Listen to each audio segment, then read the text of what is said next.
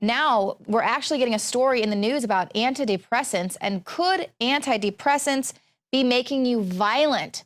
It's finally happened enough in the news that these studies are coming out. This is a new study out of Oxford. It says young people who take drugs, including Prozac, are 50% more likely to be convicted of assault and murder. And the family of antidepressants included are the most commonly prescribed of all of the pills.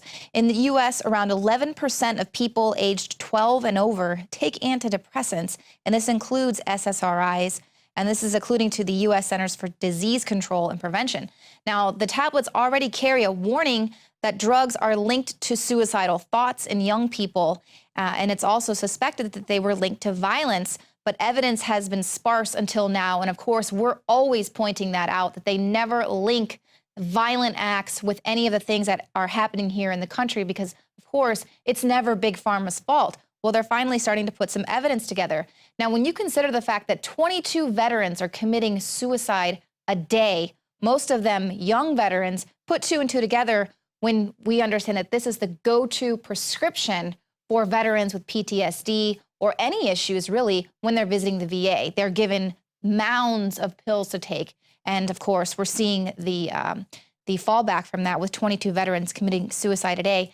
Now, this research is showing that the risk is highest in 15 to 24-year-olds. And of course, that is not insignificant. And there needs to be some more public health implications for that as well. And of course, in this article, people are saying, oh, well, that's really interesting, but there's still doesn't prove SSRIs fuel aggression.